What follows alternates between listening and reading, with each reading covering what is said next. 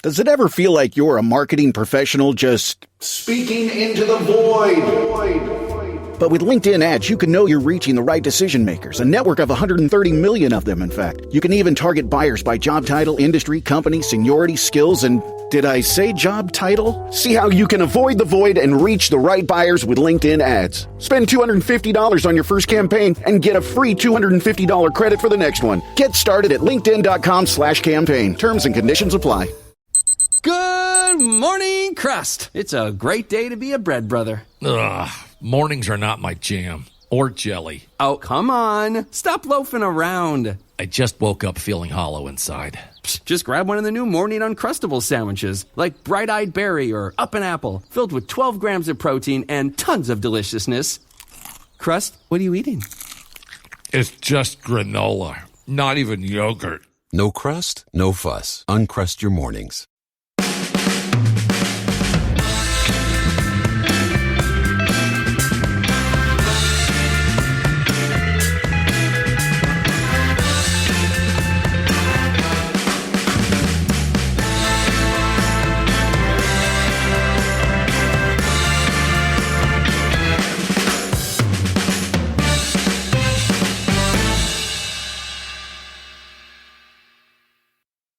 All right, here for the midweek pod with Tom. How are you doing? Yeah, good, thank you. How are you? I'm all right. I'm feeling very sore. I was at the chiropractor this morning and they brutalized me somewhat. I'm trying to get things sorted. I don't know. It feels like a bit of kind of quack medical stuff, doesn't it, sometimes, when they're like, yeah, we're going to fix you by smashing you in the back repeatedly. Yeah, and I'm always fearful that they'll just slap me in half and just be like you're a little twig. They should know what they're doing, but you just never know. One hopes. I don't know. There's various medieval-looking contraptions. One looks like a noose, which is supposed to stretch your upper back. And then I've got a foam thing I use at home, which is very tight and kind of bends your back the other way, the top. And they stick you on the table and they smash you repeatedly and then kind of sort of lie on top of you and crack various things. It's kind of disturbing. There's a lot of trust that goes into go into a chiropractor because you are completely in the hands of someone else and just hoping that they know what they're doing. I mean, they obviously have training. So yeah, but still a lot of trust. Yeah, it is. But I don't know. The neurosurgery people, all they've offered so far is steroid injections. They're like, you can do that and you can talk to the surgeon, but I talked to some other people who've done various of the surgical procedures and they're just absolutely brutal. So I'm trying to avoid that. Anyway, fun. What a conversation. I suppose it's... Sort your posture out, kids. I think that's the takeaway. When you're at school and when you get at school and you're slouching and you think it's cool, think of it's not poor old Ed when he's at the chiropractor 30 years on. And stop looking at your phones because you're hunching over. Yeah, I worry about my kids, actually. They're constantly on devices, hunched over. All right. I don't think United have got any players with back problems at the moment. We did have Rio for a long time, who was suffering with various stuff. Today we're going to talk about transfers. So last few days of the transfer window. It actually closes relatively early this year. A couple of days anyway. And there's a few deals that are either done or mooted or likely to be done. And we'll talk about that. And then we've got Liverpool at the weekend, who have not been busy in the transfer market, save for Enrico Chiesa coming in. But already the pressure is piling up on Ten Hag, I'd say, after defeat last weekend. Yeah, well, I kind of saw this coming, to be honest. I think a lot of us did. And we've talked about our really tough fixture list to start the season. And it's like we have to hit the ground running. We had a really poor pre-season with getting the signings in, but a little bit late and obviously a lot of injuries and just disruption constantly. And now we're at this point where we really could have easily got a win on Saturday. Yeah, Saturday against Brighton. Had it been not Xerxes or probably Bruno playing a bad pass, to be honest, rather than hitting Garnacho rather than Xerxes. And now it's 2-1. We've lost to Brighton again. And now we're heading to Anfield to against a team who not looked particularly convincing, but reasonably comfortable in their first games on the slot. And you think that the atmosphere is going to be bouncing and what United team is going to turn up. And like I say, like that not Liverpool haven't been particularly amazing so far, but they've been solid enough. And what we saw on Saturday again is frailties in our team. Yeah, I'm a little bit kind of worried after what happened last week. I mean, we weren't miles off against Brighton. If obviously Bruno had played a nicer pass into Xerxes, then Xerxes could have just tapped it in, and we wouldn't have had this problem with Xerxes being on the line, Garnacho tapping it in from a bad angle. It's just a bad pass from Bruno, and therefore we would have probably won that game 2-1. Everyone would have been feeling nice. Now, all of a sudden, we've lost to Brighton again. The pressure's on Ten Hag a little bit, and we now go to Anfield, where Liverpool haven't been particularly great, but they've won 2 out of 2 with their new manager, and they're playing at home, and the atmosphere is going to be raucous. And I know a few Liverpool fans, and they're already getting a bit carried away with Slot, and it's like I almost can only see this going one way, just because of the disruption that we had in pre-season is kind of coming home to roost. Like what we spoke about, we have a tough start to the season, and pre-season wasn't perfect at all. Arrivals came in a little bit late. We had injuries. There was a lot of disruption, and now, we could conceivably be due with 2 losses from 3 from Sunday. But we'll get to Liverpool obviously a bit later. Yeah, I didn't follow Liverpool's pre-season at all, so I don't really know where they are in terms of disruption. I mean, a lot of the bigger teams will have had a lot of players out at Euros and Copa America and so on, and so arrivals coming in late. It's kind of what Ten Hag was getting at in very poor English. It sounded like he was making excuses already, didn't it?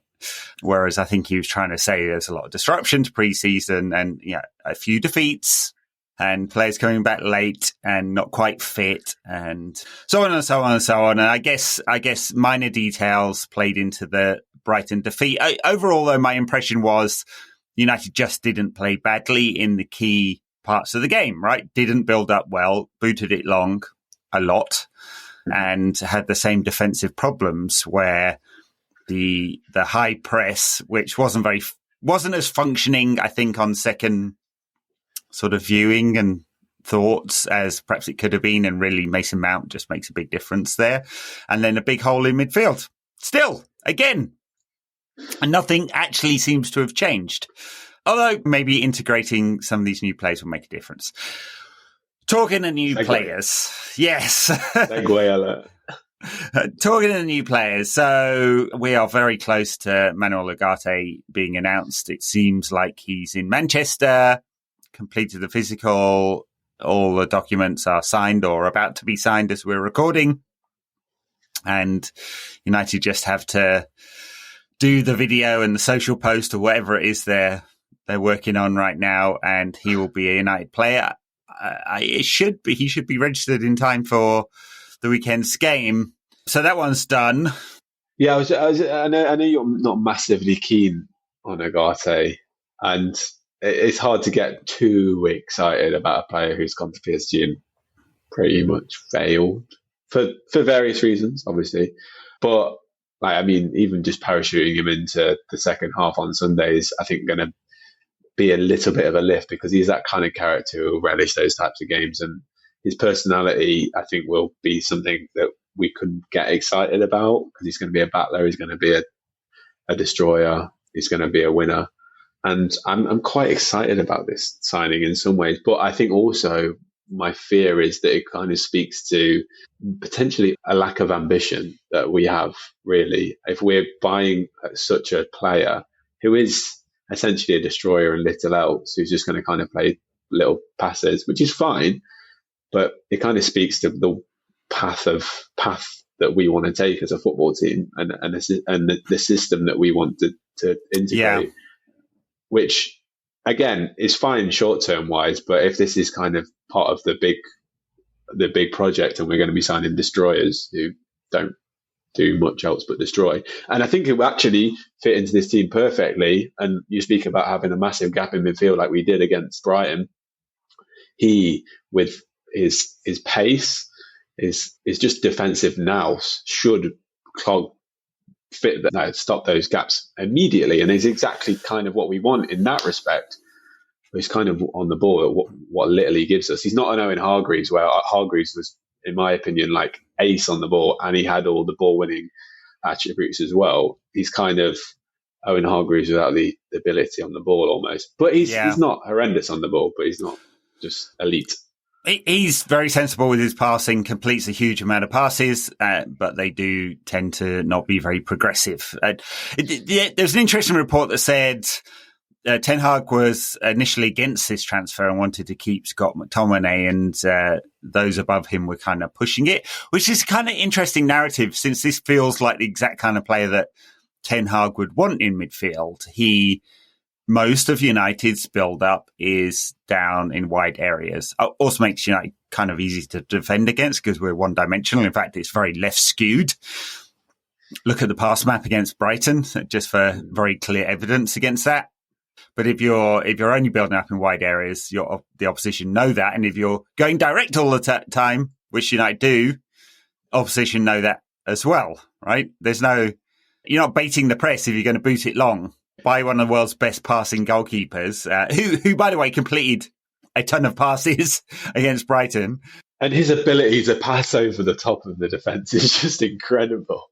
Yeah, I mean, there's some merit to that. I just think they're not going to be baited when they know United are basically going to boot it long, right? So there are systemic problems that Ugarte can't fix. Now, what does he give us? He gives us like great ground coverage.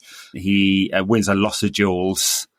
And he uses the ball and recycles it sensibly. Yeah. What it also does is says, well, Casemiro doesn't have to play anywhere near as many games. And if he does, perhaps he's actually cover for Menu rather than covering the defensive areas, because he just doesn't seem to do that defensive work. I mean, I really noticed against Brighton how much people were running past him.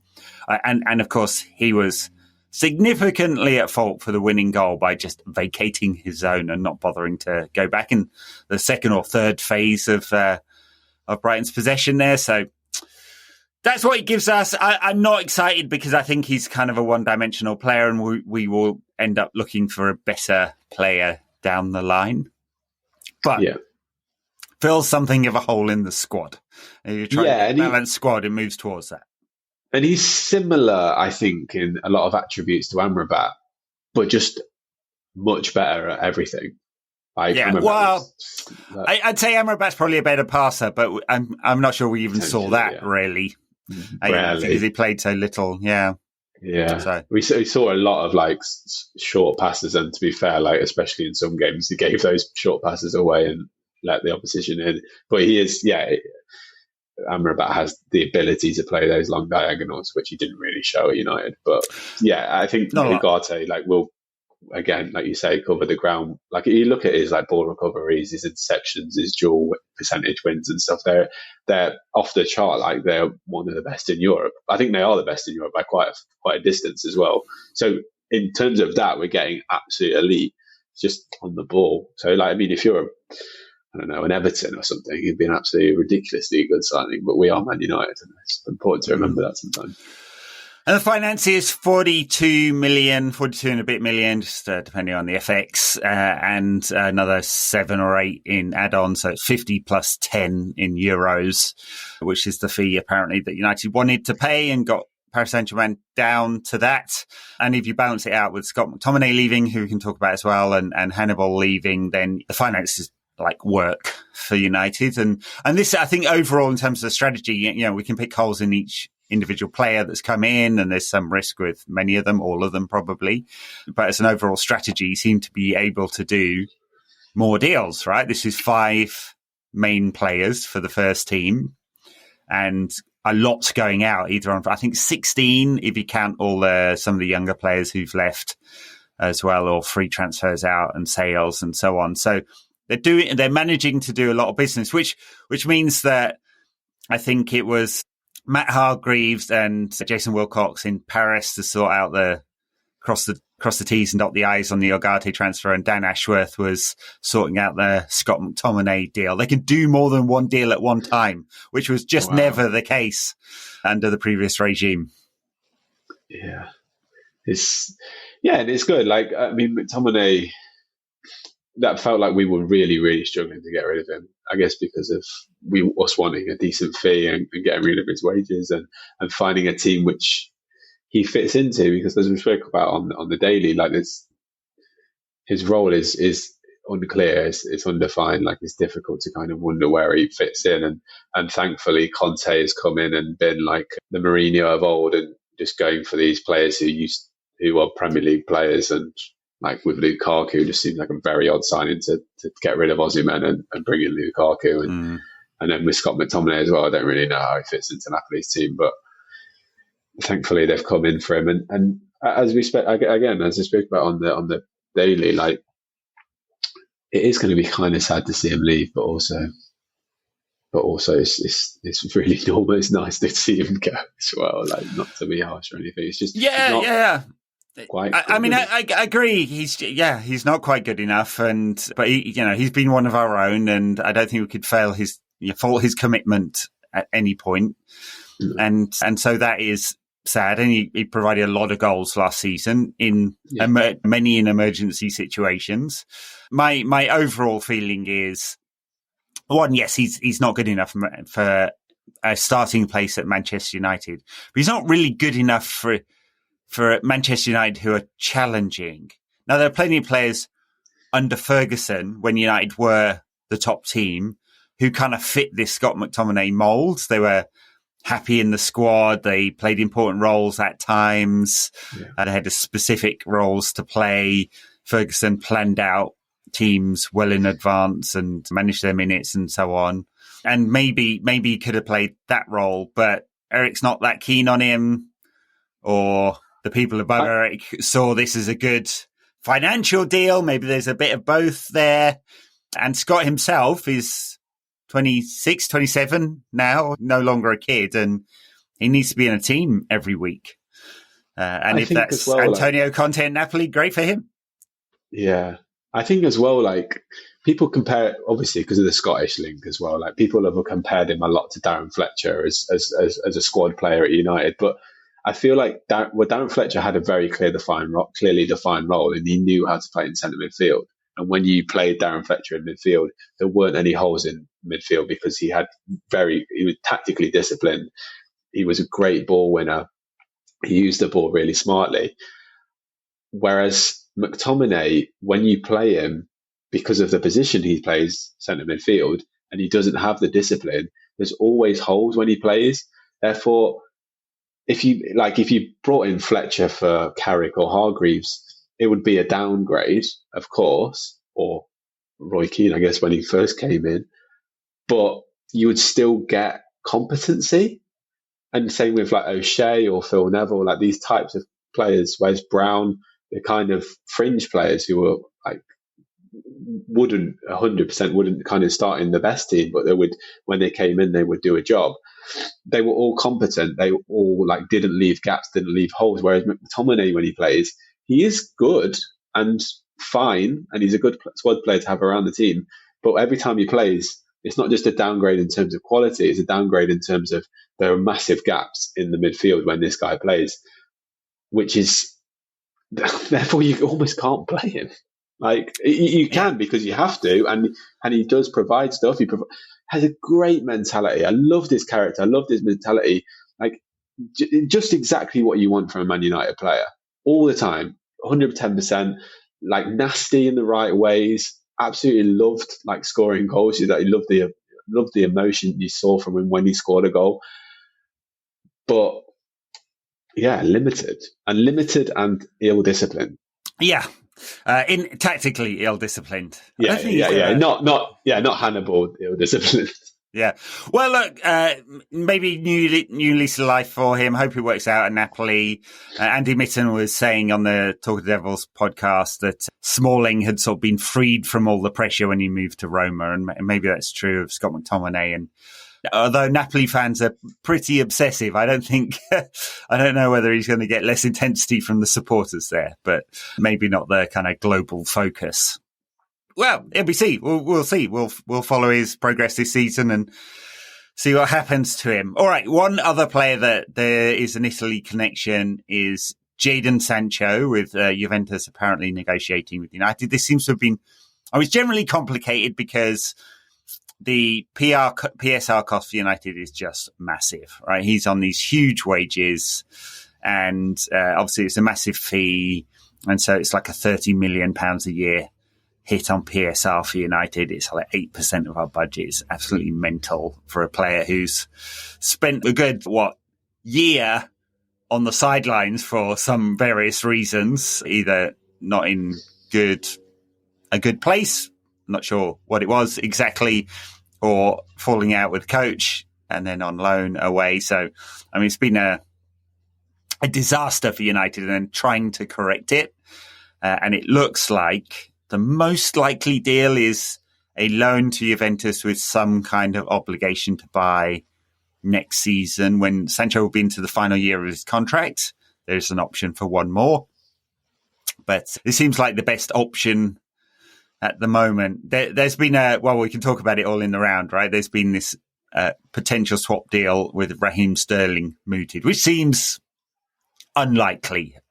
But yeah. It really does seem unlikely, but I think it was Ornstein or someone from the Athletic said it is actually there is talk of it. It's not completely, it's not I don't know, from caught offside or something, or it's not from one of those stupid websites where they just make up transfer rumors for the sake of it, which is mad because I feel like Sancho, why did Chelsea need another attacking midfielder / winger? And why do United want Raheem Sterling? Has anyone ever played for Man City, Liverpool, Chelsea and United in their career? That would be just mad. Yeah, I don't know. There's obviously been a few City United things and Chelsea United and a few, not loads, of Liverpool United. But yeah, City, Liverpool and United. Don't know. Yeah. I don't know. It might be a first. I know a lot of people probably listening to this absolutely hate Raheem Sterling or think he's shit. I've never been a true hater of his, despite obviously the teams that he's played for. I think he has a lot of qualities. His end product isn't always great. His ability to actually kick the ball, which usually is a prerequisite for a footballer, isn't particularly great. We've seen it from his penalties. We've seen it from his free kicks. He can't actually kick the ball that well, but he can run with it quite well. And he gets into nice positions. He's really intelligent. He's really smart. But I think what we've seen, it's difficult to judge a player from playing for Chelsea because they've been absolute basket case. But he's a player who's relied on his explosive pace for so long. And now he's getting to 28, 29, and he feels like he's losing it. And he's becoming latter day Aaron Lennon, I think. And Aaron Lennon, man, wow. And Aaron Lennon was never the funnest player. Aaron Lennon has pace and not a lot day else. Aaron Lennon. Yeah, Sterling has succeeded on the basis of his sort of intelligence around the box, getting into the right areas, scoring goals, creating a lot of assists in his time at City. He's evolved over time from being a pure winger to being a more of an all-round forward or an inside forward. Apparently not what Maresca wants, and he's prepared to just bin him off, which seems odd. His numbers from last season in an extraordinarily bad Chelsea side, which only improved sort of right at the end of the season, were very good. Much better than both Marcus Rashford's and Alejandro Garnacho on any metrics you want to look at in forward areas. My concern is kind of twofold, really. One is the net. It would be no PSR benefit. Basically, he's on massive wages. And if you look, he's got an extra year on his contract, but a lower fee compared to Sancho. So the PSR cost is about the same. There has to be a transfer fee here. Otherwise, there's an impairment cost. And so doing some kind of swap, I don't know how in a PSR world, it doesn't seem to work for me in that same kind of way. You have to, I think this is why with a lot of them you've seen, which are basically swaps, they've been done as a separate deal, quote unquote. Right. So that's one. The finances are very difficult. And given he's 5 years older than Jadon Sancho, you'd want the balance to be in United's favour. And then 2, he's played a lot of minutes. This is not an original thought, of course. I think a few people have talked about this. He's played the same kind of minutes as your average 35-year-old. And I think evidence shows pretty strongly now that it is not your age, but the amount of time you spent on the pitch that really factors into at what point you decline. Now, I think it'd be fair to say most Chelsea fans would say that he's started to decline. So we'd be buying... Yeah, go ahead. So I think even from the start of last season, like at the start of last season, he came in really sharp, looking like reasonably quick. And then almost like throughout the season, he just tailed off. Like, and maybe that's it. Like he can do it if he's playing maybe once every 2 weeks kind of thing. Not like Ledley King, but as in like just be able to put those burners on like in the same way he used to be able to when he was young, because he did come through super young when he was at Liverpool. Like, he was obviously part of that Sturridge, Suarez and Sterling front three, which was so good under Brendan Rodgers for that 1 year. And it's kind of mad to think that he's not. I don't think he's even 30 yet. He'll be 30 this season. But like you say, it's how many minutes and how many hours you put in, and also as a player who is so explosive, is so pacey, and is so reliant on that. Obviously, he's reliant on his intelligence as well, but it's the combination which makes him so deadly and so difficult to defend against. It's like if we sign him, we might get a good year out of him, and that's it. I think. It feels like Sanchez deal, which I don't think any side really got the benefit of from Mkhitaryan and Sanchez, but particularly United with the scale of Sanchez's wages caused a real problem. Anyway, look, we've spent the whole summer signing younger players. Mazraoui at 26 is the oldest of all the players we've signed. And we've been trying to restructure the wage. I say we, like not you and me. We're not doing the negotiating, but United's new management team have been trying to restructure the wage budget. They've created a lot of headroom with letting players on large wages go for various reasons. I mean, particularly Fernando Martial helped there. Just tried to restructure the age profile, and so this one doesn't seem to fit. I think for United, the best bet is Jadon Sancho goes to Juve and they manage to do that deal. If it is Chelsea, it's not Sterling I'd be looking at. I think there's 20-something players in the Chelsea squad that they want to get rid of that could be a make-weight. And some of the younger players like Chukwuemeka or I don't know if Ben Chilwell was the right one, because you'd be signing him on a long-term contract when really probably United just need a loan again. Yeah. Probably not the one, but who knows? I think Juve seems the best bet, and I suspect, like, if we think that probably United's management team think that too. Yeah. We didn't talk about Hannibal. I mean, I did Daily yesterday talking about him. Just didn't make it at United, basically. We love the fact that he booted Scousers. We all always have that. Loved his spikiness, but... Like that, but... Yeah. No, Rangnick didn't like it. United fans did, though. Yeah. And I mean, like, he came in as a 16-year-old and he looked like he was going to be a brilliant number 10. And he went to Birmingham, played 40-odd games for Birmingham, and they converted him to an 8 who liked to kick people. And I don't know if that's the right conversion for him. He feels like he got a fair shake. He got a fair few games at United. I mean, not loads, but he got a fair few. And if it's not going to work out, they've done another one of these deals where it's low fee plus bonus plus sell-on clause. Yeah, like he's got tons of ability. Like you think back to the free kick he scored for Birmingham, where he just whipped it around whipped in at the near post. And I thought when he was coming through the reserves, like, because he has this amazing combination of physicality, work rate, with also technical ability, I thought. I was so excited about him. His energy is crazy, but it's almost like he doesn't know how to harness that energy in the right way, really. And I think his last chance saloon was to go to Sevilla, perform over there, and then go, I'm a United player type of thing. But obviously he went there and it was an absolute disaster. A bit like Antonio Martial's loan to the same club, which was an absolute disaster. And it's like, we can't really put any trust in Nudes because of your previous games for United have been fine, but obviously it was great when he was kicking Scousers, but he is ill-disciplined in his aggressiveness and also in his just ability to stand in the right place, which is not great if you're a number 8, even a number 10. And we can't obviously just indulge a player like that for Man United. He's not that good. He's not Ravel Morrison, and we didn't even indulge him for what you need to be to become a United player. Yeah, I mean, I think if he'd gone to Sevilla and it worked out, the transfer fee might have been doubled. I mean, they had a 20 million euro option in that loan, and they didn't take it up because he got to training, booted the main striker, and got into a fight about it. So he played 6 times. That is so Hannibal. That is so Hannibal. It really is incredible. But yeah, it feels like he's a much better player than £5 million to a championship club.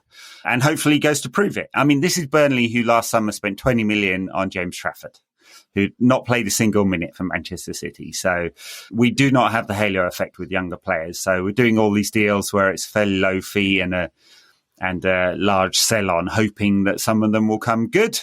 And hopefully we get to the position where we're more successful. Some of these younger players are getting integrated, and the ones that don't quite make it are going for big fees in the way that City especially and Chelsea partly have managed to do, because we are hundreds of millions of pounds behind those two in terms of our selling over the last 5 years or so, which is really significant. And this is not a bad deal for United, but had he been more successful, it would have been a bigger deal, obviously. I mean, just to state the obvious. But so it's like an overall strategy this summer, though, isn't it? You know, sell player, put a massive sell-on clause in there. Yeah, that's the theme, isn't it? Yeah. Yeah, Greenwood, Hannibal, Cambuala, Palestri, I think. As well. Palestri, all the same. Yeah, 45, 50% sell-on clause. With Greenwood, it's 50% of whatever fee, not of profit. So I think the assumption is he's going to do really well. He has been. He started the season really well. He's a better player than the French league, maybe. Who knows? There's also, I think United would have liked to get rid of Casemiro. That's not going to happen this summer. Unless the Saudi league comes in really late, because their transfer window closes in October this year. That's going to cause some chaos. Yeah, it might happen, because obviously we have Ugarte now, and like that should fill that gap. So potential. We signed Toney. Obviously, it's a youth player signing, youth player. Yeah, he'll play in the reserves this season. Another sort of defensive midfielder. Some of the youth scouty type people on Twitter really love him. I actually have seen a little bit, because Marley were on like really, really good in the under-17 World Cup. I wasn't watching for him. I was watching for the striker who scored a lot of goals in that World Cup, and he was good. I don't think he was the outstanding player on that team. It was that striker. I can't remember his name, but yeah. I don't even know why I said that, because it was so little I was adding. I just wanted. I basically just wanted to go. I watch Marley under 17s. That was basically it. I wanted to get the ego stroked by my own self. Tom confessing to watching young boys scantily clad. Yes. Yeah, I am like Fabrizio Romano, who tweets about 16-year-olds all day long. Yeah. Very odd character, Fabrizio. All right, won't get into that one. I had a rant about him last time. It's funny, whenever I mention something like this, it's just like kind of curiosity about how media football coverage works these days. It's the blend between what is a journalist and what is a social media account trying to farm engagement. Like Fabrizio started out as a journalist, now is basically not. Does newsletters and podcasts and his Twitter following, and I think he has a paid Substack or one of those things. I can't remember exactly what. And like him and Ornstein kind of started the same and diverged. And then you've got like pure social accounts. I mean, really good ones like the Stretford Paddock guys, who I think do lots of great content. Not all of it I love, but I think it's generally really good. Some smart people there. And then you've got Goldbridge. I don't know if you saw it. Matt Slater. I was literally about to say, when you were talking about all those, I was going to bring up Goldbridge, and you brought up Goldbridge first. So, yeah. Yeah, well, I mean, Goldbridge is a fascination. Like, if I mention him, I get a bunch of people will be going, because obviously he has a very big following, you're jealous. I'm like, no, it's not that. I am a little bit jealous. I will put my hand up and say, after seeing his accounts, I am jealous of the £5 million he made last year. Yeah, I mean, I guess there's some to be paid out to various employees of that particular organization. But yes, I mean, like very big following translates into lots of money. I once read an article. I think it was in the New York Times, and it was about one of these streamers on YouTube who had made $5 million in 1 year just doing Minecraft videos. And I only knew about her because wow, my kids follow what she does, and she does this kind of Minnie Mouse voice, and it was really annoying to me. And I had to send the kids to another room because I just didn't want to listen to it. But there's a lot of money to be made, and because you get a share of advertising revenue once you get about 4,000 hours, which reminds me, go over to our YouTube page. We are not at 4,000 hours, so we are giving this content to you for free, folks. But if you go and watch on YouTube, maybe one day we'll be Goldbridge. Maybe but not. Can you believe that Goldbridge is 45 years old? That's yes, and his real name was printed somewhere as well. Brent de Cesare. It was in that article that made Nottingham Forest fan, 45 years. 45 years old. I can't believe that. You know what? And I've said this to people I've had a conversation with about, because no one will be surprised. My politics are reasonably left wing. I've spent my life being like that, and I will have conversations with and argue in very good faith and disagree agreeably with people of different political persuasions. And it's all okay. And I've had conversations about people who made lots of money, and I think it's all right. I don't mind people making money. I do object a little bit to Goldbridge because he's not even a fucking United fan. Yeah. It's a fraud, and the disingenuousness of it is what annoys me, not the fact that he's made loads of money. But it's just the biggest grift. It is a grift. It feels like a grift. Football. It is. Yeah. And it's also harmful as well. We've talked about the ways it is harmful as well, and I think that's what also does just leave a massively bad taste in the mouth when you see he has earned £5 million from this as well. Obviously, it's entertainment, but yeah, I guess it's just the way of the world. All right, we were in the middle of a transfer discussion. So Casemiro, unlikely to leave unless the Saudi Pro League. Duncan Castles on his podcast said that the strategy of the Saudi Pro League is to leave it right until the last minute and try and squeeze European clubs to get better deals. We'll see. I mean, there's still that merry-go-round with Victor Osimhen, who looks like he's definitely leaving Napoli, and maybe Chelsea, maybe Saudi, and Ivan Toney, too, who maybe Chelsea, maybe Saudi, maybe United. Right. There have been links. I would 100% take him. I don't know how it works. Like, if the fee was reasonable and his wages weren't too mental, it would mean United a bit overstocked in forward areas, but I don't know. Feels like an experienced forward who guarantees you some goals would be very useful. Yeah, and not to be cliche, but knows the Premier League and has done it like week in, week out, and for a difficult club to do it. And I think I love his mentality. I love the presence that he brings to the team. He is a bit slow, but I also think Xerxes not particularly quick either. And he's not a particularly great turner, and I think that therefore would lead me to think that kind of would fit in with Ten Hag. What would Ten Hag would want from a striker, to be almost like that big target man and have the pace in and around him. And I think he would work perfectly in that respect. It's just, as we saw last season with Højlund, we didn't cross the ball. We didn't put the ball into the box for Højlund to have chances to score. Therefore, will we just be negating most of Ivan Toney's kind of best qualities by just cutting inside and shooting every time our wingers get the ball? Like, that's obviously what Antony does all the time. That's what Rashford likes to do as well, especially if Luke Shaw's not kind of overlapping. We're not going to get that cross in because Dallow's going to want to come inside, or Mazraoui if he's playing at left back as well. Garnacho comes inside and shoots. Obviously, he can go out on his right foot, which is a benefit of him playing on the right. But yeah, we're not across the side. We maybe need to be that if we want Toney to succeed it. True. And also, it kind of speaks, if we're signing Ivan Toney this late in the window, is that a bit of a panic buy? Is he really going to fit into what we're supposed to be building here? Therefore, it looks a bit like round peg in a square hole. Though, like you say, he is a great player and it would be a good signing, I think. Potentially all that is true, yeah, for sure. And the age profile and the fact that he's never really made any money, so he's after the biggest payday possible, which I don't blame him for at all. You know, he's still on the same contract he was on when he signed for Brentford in the Championship. Like, you know, Tyrell Malacia as well. So yeah, Tyrell Malacia made more last year playing 0 games for United than Ivan Toney has made in his entire career. Wow. Yeah, I know. It's absolutely mental. So he's a much better player than he's, you know, obviously made money and like short career, right? And he may well have betting debts. Yes. So I don't know. I mean, the thing, would he fit in Ten Hag's style of play? No, maybe not, but neither does Rasmus Højlund. And we bought him. Højlund wants the ball into space and United are not playing like that. And you can see that by the amount of touches he gets. It's very, very, very few. And I don't know if Ten Hag is going to persist with this 4-2-4 system that we've got at the moment, which doesn't create any chances and is not very good out of possession. I don't know. Who knows? And who knows if Ten Hag will even survive?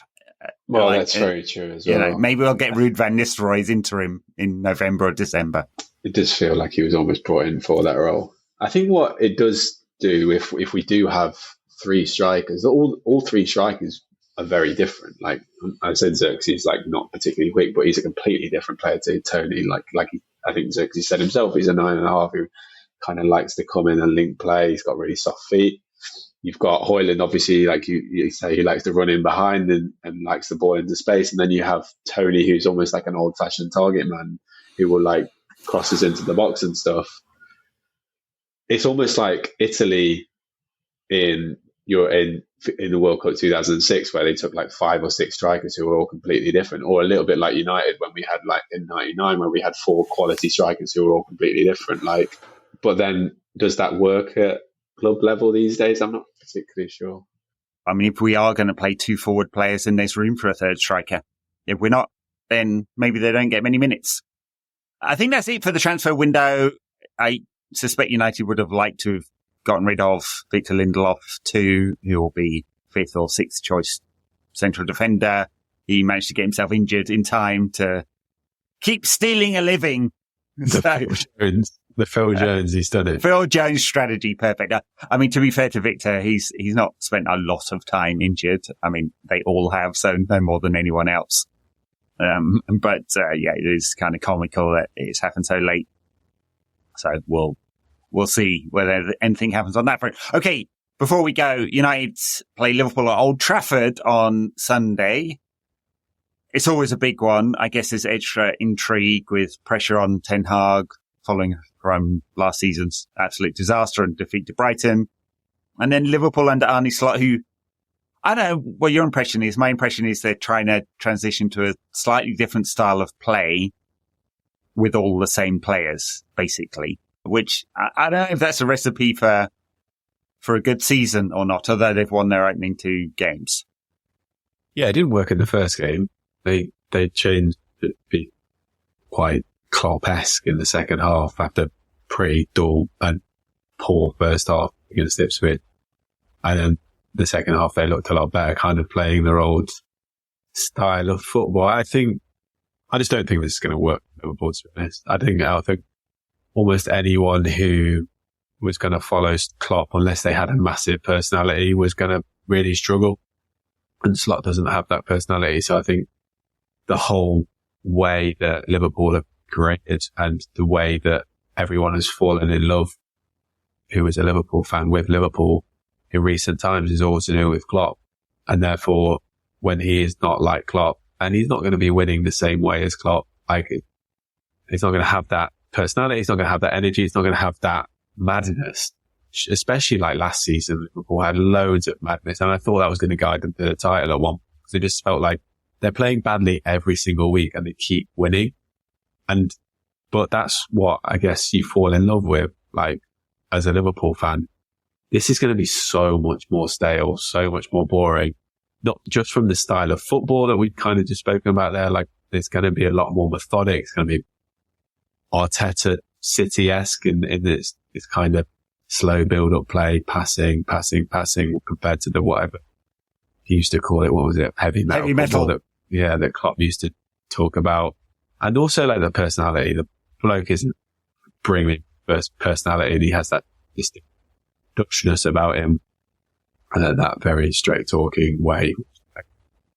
I just don't think he's going to work with him. They might have started okay, but we started okay on the previous managers as well. We didn't start well on Ten Hag, but we started well. We started well under Mourinho, we started well under Van Gaal, and we started obviously amazingly under Oli. And I think I did see a little bit of their pre-season. Well, I heard, and they did have a really good pre-season, but that's usually always the case when you have a new manager, because all the players want to impress. The managers take it so much more seriously than they would do. They want to see performances. They want to see wins in pre-season, get their confidence up, blah, blah, blah, blah, blah. And yeah, they started with 2 wins from 2, but this won't work.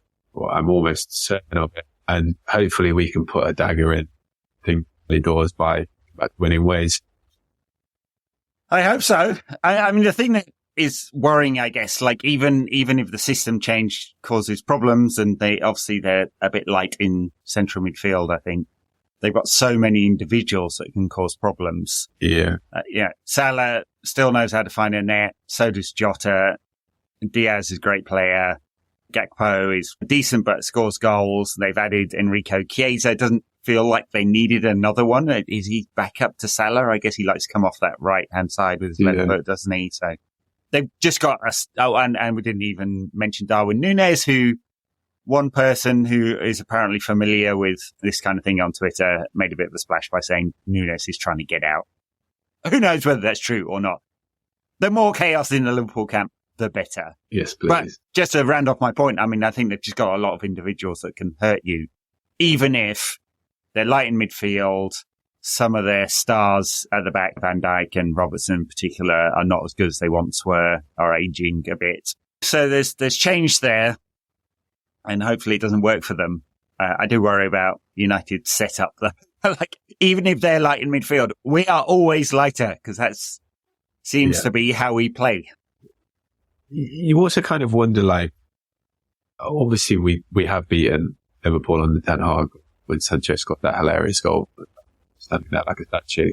But you kind of wonder what this slot team will look like under adversity. Will they have the same personality to kind of bounce back from adversity, going 1-0 down, 2-0 down, potentially at Old Trafford, with like the atmosphere kind of building on them, especially at this stage of slots time? Like, do they have that? Will they have that character that they had on the Klopp? Which I think this is what I think is going to kind of become there and make them unstuck a lot this season. Is I think their character will be fragile because that Klopp was so important to them. That he was Liverpool, and he inspired so much confidence and so much belief in all of his players. And I think that's just going to be a massive drop off for them this season. Therefore, I think when they do face adversity, which they haven't faced so far, obviously it's only been 2 games, I think that's when they'll struggle. So if we score first, I actually think we'd win. If we don't, then maybe that good fortune a little bit when Oli took out Mourinho, kept winning. That belief can take you so far alone. Yeah. But it's when you face adversity, I wonder. Good times when we were winning under Oli. People forget that. Second and third in the league. What we would give for that? I mean, there's no chance United finish second in the league. I'd be shocked if it was third, given the amount of improvement. I mean, you look at the data from last season, we should have finished 15th. United actually finished way higher than the data would suggest. And that is not talked about a lot, right? I think there's an assumption we can just move forward, but moving forward actually might not mean like top 4. So it's still a stretch.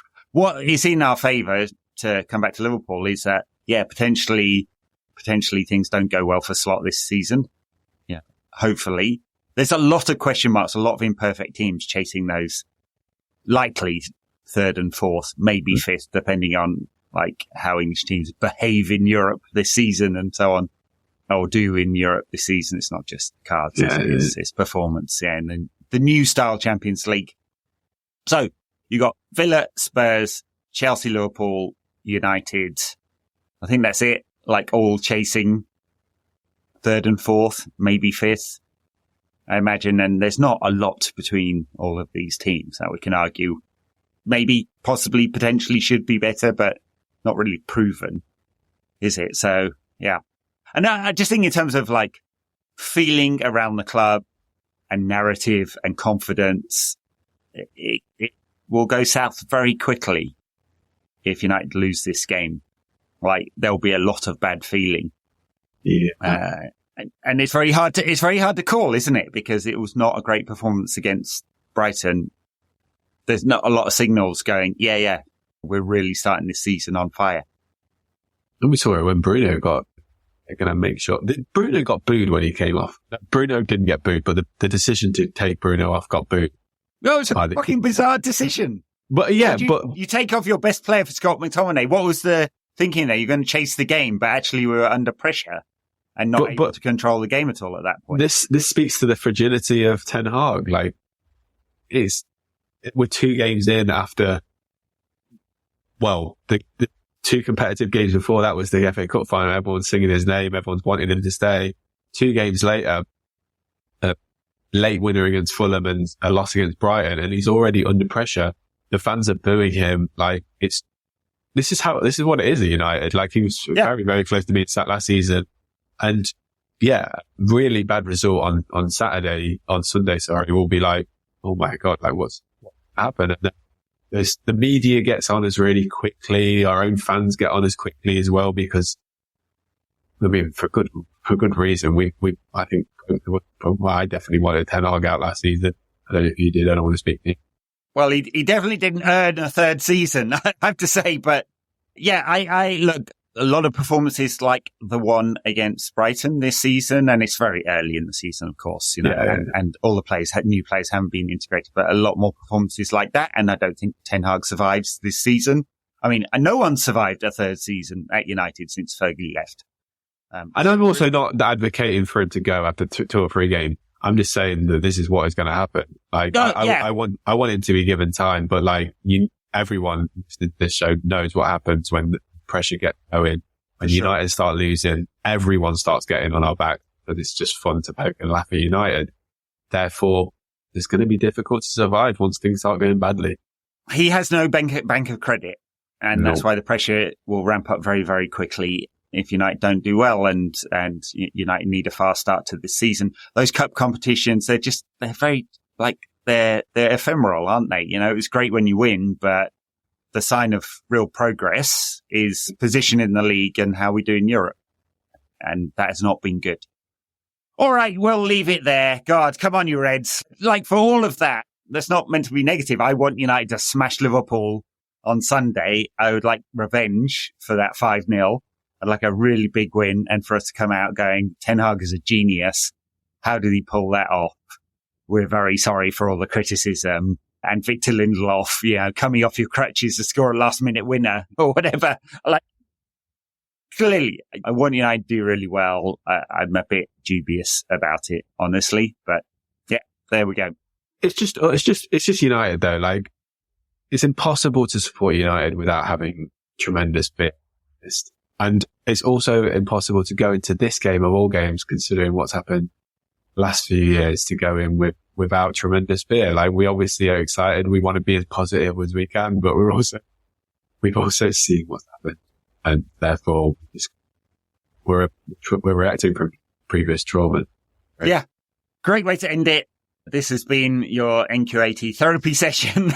We'll be back after United's game against Liverpool at the weekend. Thank you very much for listening. You can catch us on socials. Thomas at Thomas Mortimer on Twitter. I'm NQ80 Pod. We're also on Facebook, Instagram, Blue Sky, and Threads.